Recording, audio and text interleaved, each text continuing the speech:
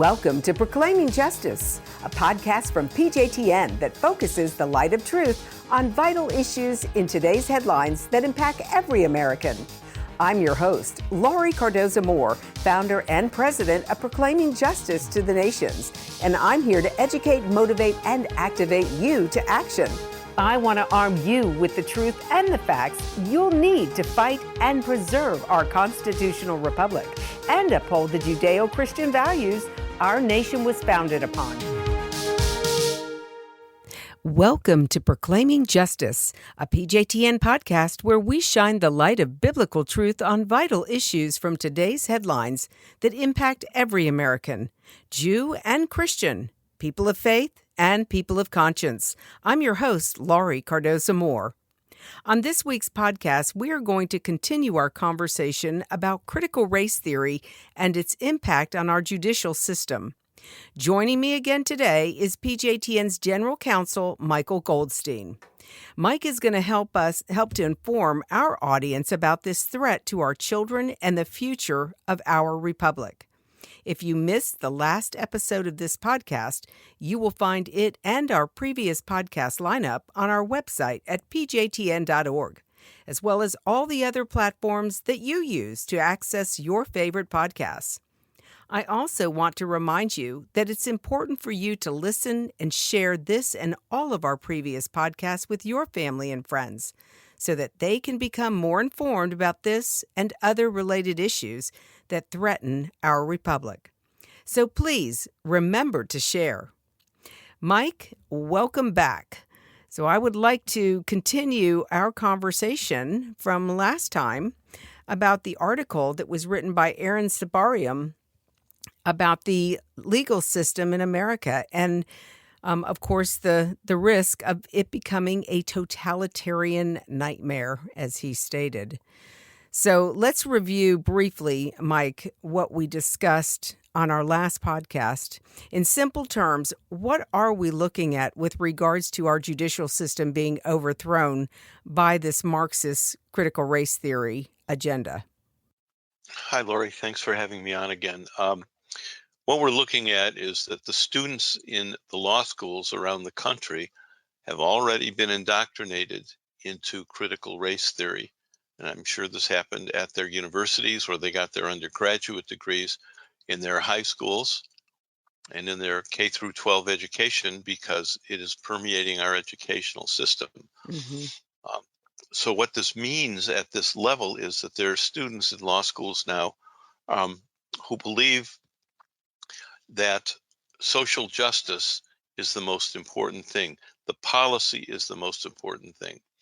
And what has gone by the boards here is the rule of law in the United States.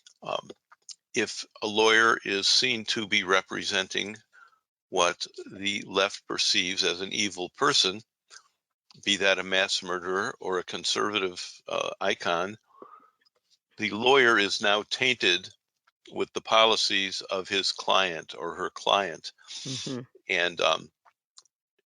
And so the theory is that no one should be representing people that the left does not approve of. Mm-hmm. Excuse me for putting the preposition at the end of the sentence. Winston Churchill would be angry with me. So what we wind up with is a group of law students and then lawyers who do not believe that someone is innocent until proven guilty, that people are entitled to due process of law if they are on the wrong side. And this is all the foundation of the American legal system. What happened is that this kind of curriculum has been approved by the American Bar Association. And the American Bar Association is the accreditation agency for the law schools. Right. What it means is the American Bar Association has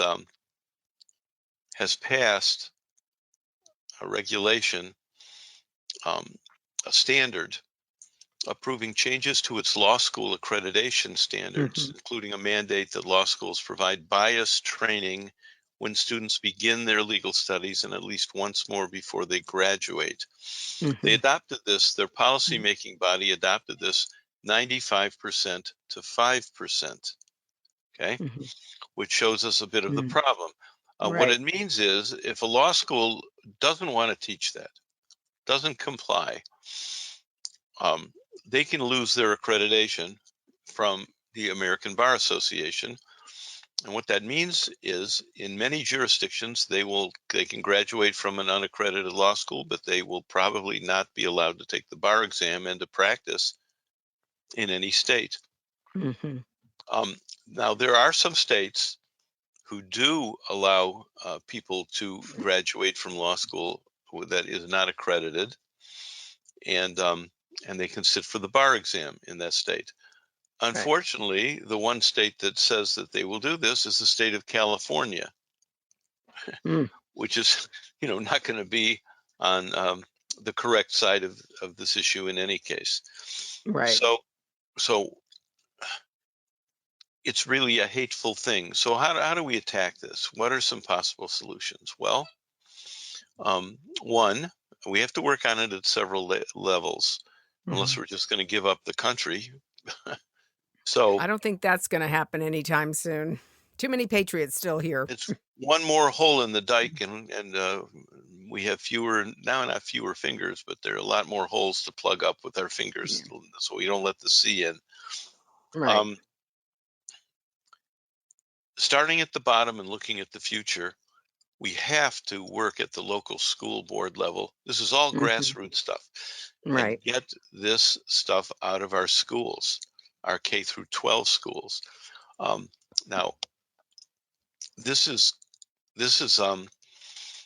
going to happen if people at the local level learn how to gather their own candidates for school boards, get them elected, and we can help you with this. There's a link on the website. And realize that when you're going into this, it's going to take at least 2 election cycles if you already have a school board full of woke people, as many of them are. So you've got to win 2 elections to get a 3-2 majority in most local school districts. So you've got to get the training, and you've got to stay in it for the long haul. Then you've got to lean on your local K through 12 schools. You've got to go to every school board meeting. You've got to have your say. We'll teach you how to do that. And remember, when you're talking to the current board members who are like speaking to a wall, they're not the target. The target is the other parents in the room, the other parents who are watching the school board proceedings online. Oh, and by the way, the local school board where I used to live in Ohio changed the time of their board meetings from 7 in the evening to, I believe, 10 o'clock in the morning, so that most people couldn't attend them. Okay, so you've got that. They'll fight. They'll try every trick in the book, trying to keep you from speaking, but don't stop. So then when you get to the university level, there are various ways to attack this. One is by state legislation, and that is also, by the way, for the K through 12 education, and I've been working on that.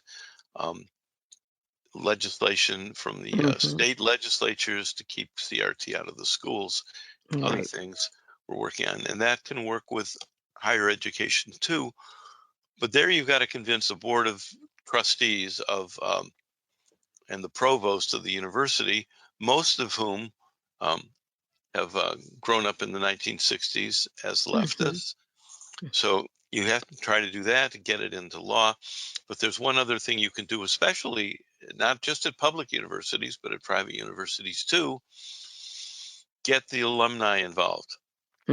Educate the alumni. For instance, the terrible stuff that went on at Oberlin College in Ohio, where there wound up being a $31 million judgment against Oberlin College in favor of a bakery. It's hard to believe, but Oberlin administrators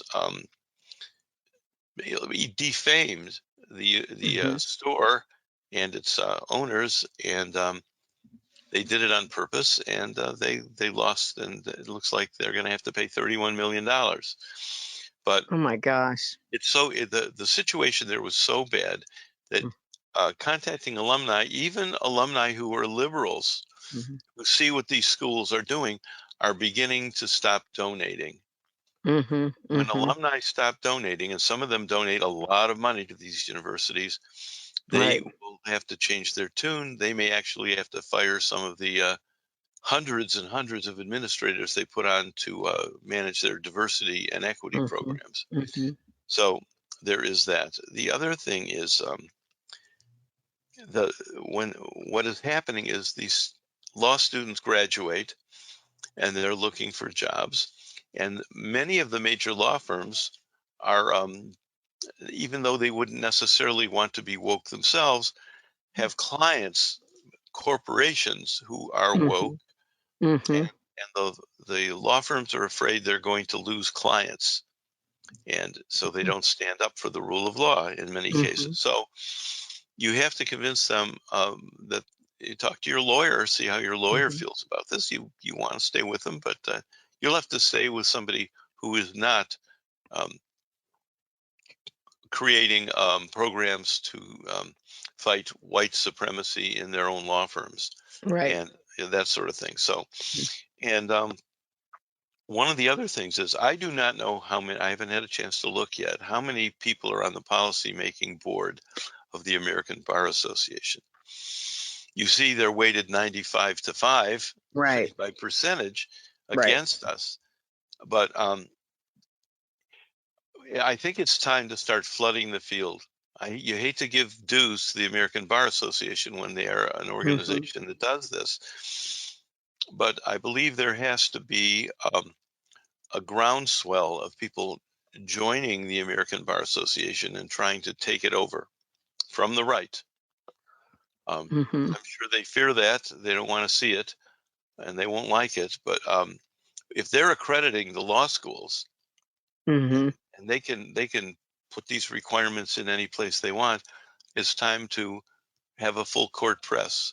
The ABA, alumni from universities, state legislatures passing legislation, Right. talking about the legislation, that's a grassroots effort too, because Mm-hmm. everybody listening needs to have their own state representatives and senators have their contact information and contact them all the time. Mm-hmm. Just look on their website. What issues are they voting on? What bills are they supporting? Which ones have they written? Send them emails. I think this is a bad idea, or I think this is a good idea. Don't just be Right. critics. So and they'll get to know you. They'll get to either respect you or fear your name coming up in their inbox. Mm-hmm. They will. They Right. will. They will pay attention. And so stay in touch with them, and not just on the issues you're closely related to, but other issues as well, to make sure they know you're watching. Right. And then when push comes to shove on an issue like this, tell them they need to pass whatever the current bill will be to get rid of critical race theory or social emotional learning Mm-hmm. or Mm-hmm. comprehensive sexuality education in the K through 12 schools, Mm-hmm. and frankly in the post secondary schools as well. Right. So if I haven't made you exhausted yet of looking at the things you're going to have to do, remember we can help you do this at PJTN. That's right. Well, that leads into just making the announcement that August 19th and 20th, we are going to be hosting our second annual summit, Taking Back America's Children. And this is going to be in Franklin. We are sending out a save the date to our email list this week. So if you are on the email list, you will get the information. If you're not on the email list, I want to encourage you to go to pjtn.org to do so.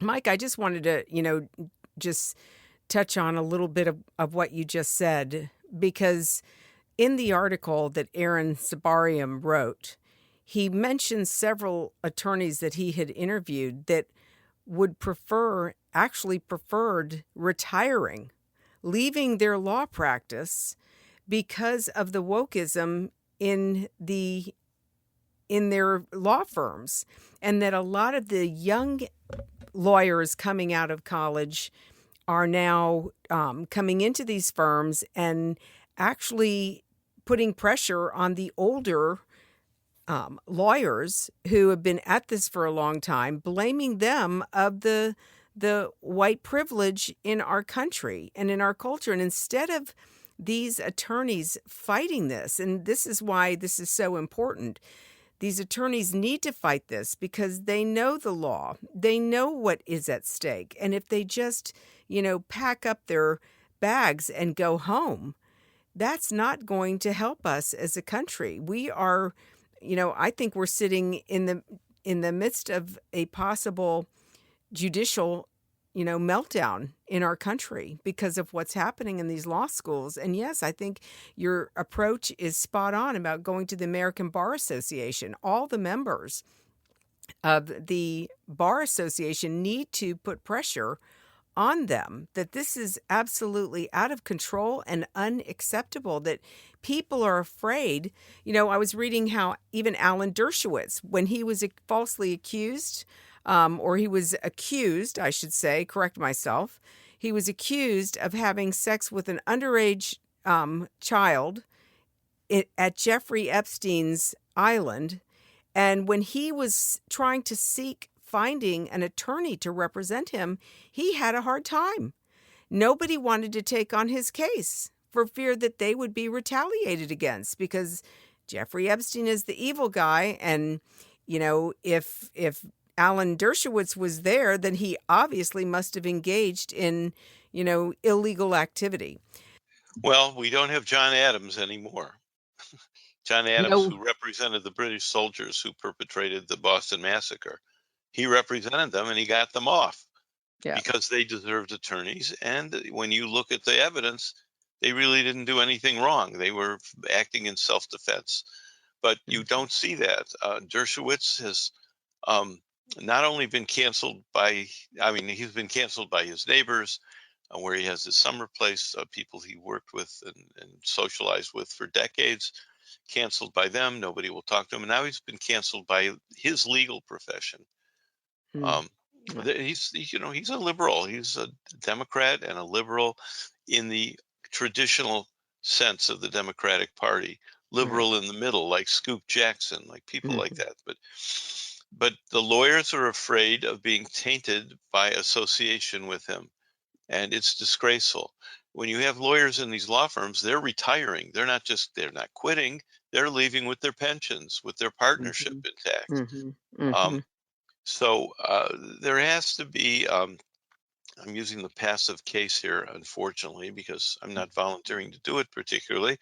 Someone has to put together a program where lawyers who are patriots, lawyers who believe in the rule of law, get together and at least try to speak to groups at law schools. The Federalist Society at the college, at the law school level, is under attack, of course. Right. And being infiltrated by people who are woke, by the way, difficult. But somebody needs to go in and speak to these students and really push them. So we can't rely on Jordan Peterson to do it all. Yeah. No, there you go. Well, so Mike, what if there's an attorney or a lawyer who's tuned into the podcast today, and what would you say to that lawyer who's probably looking at the situation and it seems quite bleak? Because I remember your first response after I sent the article to you. You weren't very hopeful of the future of our republic. And I'm glad to hear that you've got some great solutions and recommendations, because it's true. It's going to be up to we the people. We're going to have to take back control of our country, of our education system. And that also includes our higher ed, our law schools as well, especially in our states, because of course these law schools in these public universities are governed by our state legislature as well. And the policies that these law schools are implementing are only going to further the decline of our civilization, of our country. If there are any attorneys on this call listening to this podcast, I would recommend that they contact me and let me know that they want to do work on this, or at least sit down and figure out how to work on it. And I'm at mgoldstein@pjtn.org, mgoldstein, Goldstein @pjtn.org. Laurie, you remember that I took you to a dinner in Scottsdale, Arizona, with a bunch of 200 conservative women. Yes. That group started because these women were afraid to talk to their friends, their neighbors, that they would be canceled because they were Hmm. conservatives. But two of them went to lunch together, and then they found two more and three more, and all of a sudden they have 350 people in their membership. And that's what we need to do with lawyers who are patriots, who believe in Yes. the rule of law. We have to start getting names, getting together. I remember 2016 election where I lived in Hmm. Cleveland. Now I'm in Arizona. I was a member of Ohio Lawyers for Trump, and during the campaign, and we met, and that may be a place to get people on our, to come in with us. Hmm. Although I bet not all of those people are willing to fight this fight. But Hmm. Hmm. when you first sent me the article, I could not figure a way in. But there are ways to fight this, and I'm sorry I was so pessimistic. Oh, I think it was shocking. Honest to goodness, it was shocking. I'm a person, a lawyer in particular, and I'm a former intelligence officer, to find a way in, to find a path um, Hmm. to victory. And when I saw that the Bar Association is against us and the lawyers in the big firms are against us in great part, um, it was a pretty bleak week in my mind until I could get going and start thinking of some avenues of approach. Hmm. And I've outlined them today. And people who want in on this should contact me. I would Yes. appreciate it. I can coordinate it at least. Hmm. Yes, it's important that we start the discussion, ladies and gentlemen. So, again, if you know of a lawyer who might be interested in sitting down and starting the process of having this conversation, we have to take back local control of our communities.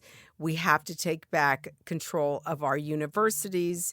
And of course, these law firms that are going woke. And it's frightening because we are not going to people who, for example, proclaiming justice to the nations. We're a conservative evangelical organization that has been involved in fighting anti Semitism, and that may not be, part of the woke agenda. And somebody could falsely accuse us of, some type of nefarious, activity. And to try to find an attorney, of course, we've got legal counsel. We've got Mike Goldstein, thank God, our general counsel. But it's a threat to all of us if we can't rely on our judicial system to represent all of us, whether people agree with our beliefs or our programs or our policies or not. We all deserve fair representation. If you're looking for a lawyer for something, for an issue, or you already have a lawyer, you can sit down with your attorney and discuss this issue. How do they feel about this issue? Do they believe in this wokeness from the Bar Association? Do they still believe in the rule of law? Um, and you can say, if you're going to be this way, if that's how you feel, I'm going to find an attorney who really does care about the rule of law. And Hmm. I'm just one small client, or maybe there are people on this podcast listening to the podcast who have their own companies or work for other companies they Hmm. can influence. You don't have to stick with an attorney if the attorney does not believe in your values. Right. And just as a small example, when my wife was running for office, federal office, a couple of years ago, our dentist would talk to his patients if they were going to and ask them if they would if they were voting for her, and if they said no, he would fire them as his patients. He told them to go away. Okay, and Laura, you know who I'm talking about. I mean, Yes, I. it's a crazy It's thing to do, fantastic. but he judged his patients. He said, if my patients are that stupid, I don't want them as patients if they would vote for this other woman. Oh But my you don't have to gosh. stick. You don't have to stick with an attorney That's right. that you That's believe right. does That's not the have point. your own principles, and keep that in mind.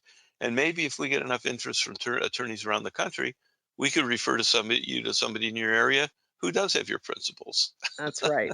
Yeah. Well, we so appreciate you coming back on the program and giving us some hopeful ideas of what we can do. So again, ladies and gentlemen, you heard from Mike Goldstein, our general counsel here at PJTN.